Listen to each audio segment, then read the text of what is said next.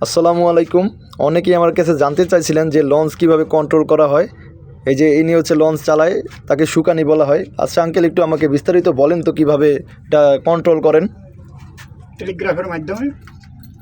টেলিগ্রাফের মাধ্যমে না? আর এটার ভিতরে তো রাডার নাই না? না, রাডার নাই। রাডার নাই। আর এই যে এটার এটার এটার ইয়াটা কি, কাজটা কি? এটা মাইক।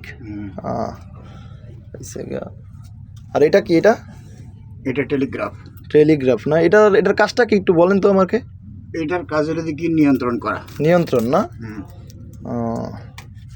আর এই যে এটার এটা হুইল, এটা ডানে ঘুরলে ডানে যায়, বামে ঘুরলে বামে যায়।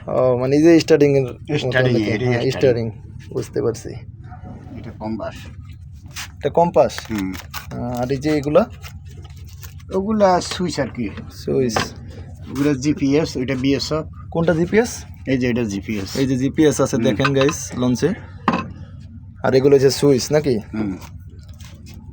তো ধন্যবাদ কাকা, আপনি লঞ্চ সম্পর্কে একটু কিছু বললে উপকৃত হইতাম। যে এখন যাত্রী হয় না, বা পদ্মা সেতু হওয়ার পরে অনেকটা কমে গেছে গা।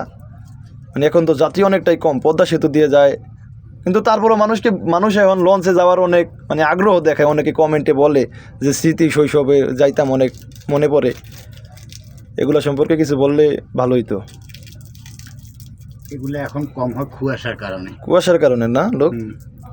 এই যে এখন সদরঘাটে 5টার পরে আর লঞ্চে ছাড়া নিষিদ্ধ করে দিচ্ছে সরকার। এই কারণে 4-5 দিন দেখছিলাম যে এত কুয়াশা পড়তেছে সদরঘাট। 4-5 দিন তো দেখছিলাম যে লঞ্চ এই ঘাটে আসেই নাই, ডামুন্ডা ঘাটে। সরকারিভাবে বন্ধ করছিল। সরকারিভাবে। তাই অনেকেই প্রশ্ন করছিলেন যে ঘাটে লঞ্চ আসে না কেন।